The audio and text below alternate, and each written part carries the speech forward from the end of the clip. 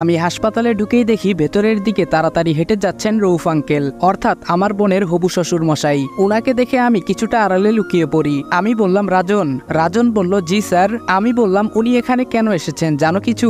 রাজন বলল, না স্যার, আমি তো আগে খেয়াল করিনি। আমি বললাম, আচ্ছা ঠিক আছে, কোনো ব্যাপার না, আমি দেখে নিচ্ছি, তুমি যাও। বলে রাজনকে এখান থেকে পাঠিয়ে দেই আর আমি ভেতরে ঢুকে যাই। আমি আঙ্কেলের পেছন পেছন যাই, গিয়ে দেখি উনি এখানকার বড় ডাক্তারের সাথে কি যেন বলছেন। তারপর এখান থেকে বেরিয়ে গেলেন আর আমি চলে গেলাম রাফসান চৌধুরীর কেবিনের সামনে। দরজার বাহির থেকে দেখি একজন মাঝবয়সী মহিলা কেবিনের মাঝে বেডের পাশে বসে আছে। আমার জানা মতে রাফসান বাংলাদেশে একা, ওর পরিবার আমেরিকায় থাকে। তাহলে এই মহিলা কে?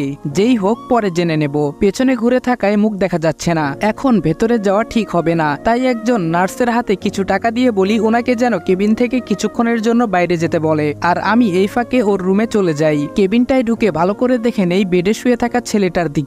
না, আগে কোনোদিন দেখেছি বলে মনে তো পড়ে না আমার। এই ছেলে দেশে এত বড় ক্রাইম চালাচ্ছে আর আমরা এত বছর কিছু করতে পারছি না?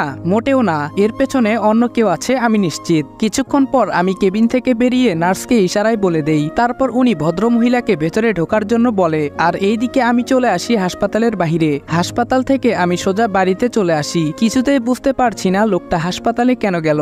বসে বসে ভাবছি, তখন সিনিয়র স্যারের ফোন এলো। আমি বললাম, হ্যালো স্যার। স্যার বলল, হ্যালো আদিব, কেমন আছো? আমি বললাম, আলহামদুলিল্লাহ স্যার, ভালো। আপনি? স্যার বলল, এই তো ভালো। কাজের কি খবর? আমি বললাম, স্যার কাজ চলছে ভালোই। এভাবেই স্যার আরো কিছু কথা বলে ফোনটা কেটে দিলেন আর আমি বসে বসে ভাবছি কিভাবে কি হতে পারে, হিসেব মেলানোর চেষ্টা করছি। তখন মনে পড়ে রাতুলের দেওয়া চৌধুরী পরিবারের পূর্ব ইতিহাসের কথা। এখানে বলা আছে, চৌধুরী গ্রুপ অফ ইন্ডাস্ট্রির মালিক রহমান চৌধুরীর একমাত্র মেয়ে ছিল, কোনো পুত্র সন্তান নেই। আর সেই মেয়ে হলেন মিসেস রাবেয়া চৌধুরী, অর্থাৎ রোহানের মা। রোহানের মা মিসেস রাবেয়া চৌধুরী হলেও বাবা রউফ চৌধুরী নন। রহমান চৌধুরী তার একমাত্র মেয়ের বিয়ে দেন বিশিষ্ট ব্যবসায়ী রেজওয়ান চৌধুরীর সাথে। এইটুকু ভাবনার মাঝখানে ফোন চলে আসে আর তাই ল্যাপটপটা অফ করে বেরিয়ে যাই বাসা থেকে। কাজ শেষ করে বাসায় ফিরি। আয়াসকে ফোন করে জানিয়ে দেই আজ যেন তৈরি থাকে সে। আমি বললাম, আয়াস। আয়াস বলল, ইয়েস স্যার। আমি বললাম, শুনো, তোমাকে একটা কাজ করতে হবে। আয়াসকে হাসপাতালে নজর রাখার উদ্দেশ্যে পাঠিয়ে দেই আর এদিকে আমি বললাম, আঙ্কেল। বাবা বলল, হ্যাঁ বলো। আমি বললাম, আঙ্কেল আমার একটা জরুরি কাজ আছে, তাই আমাকে যেতে হবে। আগামীকালের মধ্যে ইনশাআল্লাহ ফিরে আসবো। বাবা বলল, বিয়েটার পরে করলে হয় না? আমি বললাম, খুব দরকারি আঙ্কেল। বাবা বললেন, আচ্ছা ঠিক আছে। আমি চলে এলাম অগ্নিদের বাসায়। আজ মিশনে এখান থেকেই যাব। দেখতে দেখতে রাত হয়ে আসে। আমি নীরব আর রাতুলকে তৈরি হতে বলে নিজেও তৈরি হয়ে নেই। তবে আজ আমাদের গন্তব্য সেই স্কুল এরিয়া নয়, গন্তব্য হলো নতুন একটি জায়গা, যেখানে আমার সাথে রাফসান চৌধুরীর ঝামেলা হয়েছিল।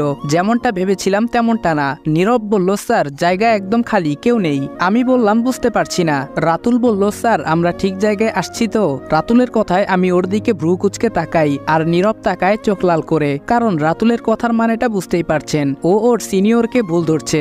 রাতুল কিছুটা ভরকে যায় কথাটা বলে। আমি বললাম, এসেছি তো ঠিক জায়গাতেই, ভুল না, তবে কিছু একটা গন্ডগোল আছে।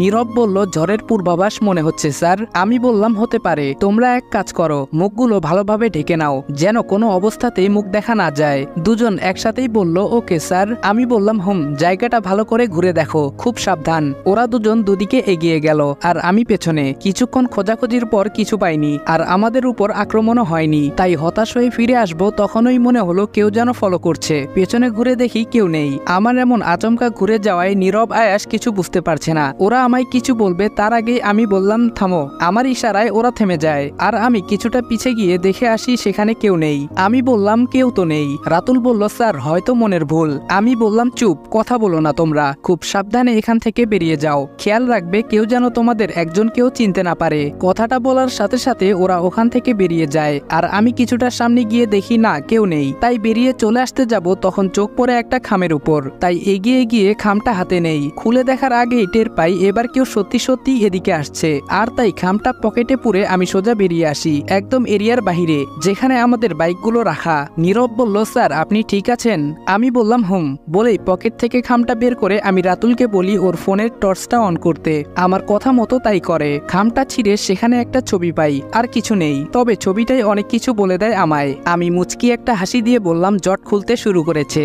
আমার কথা শুনে নীরব আর রাতুল ছবিটার দিকে তাকায়। রাতুল বলল, স্যার এটা এখানে কি করছে? আমি বললাম, এটা এখানে কি করছে তা তো জানি না, এবার যা করার আমরা করব।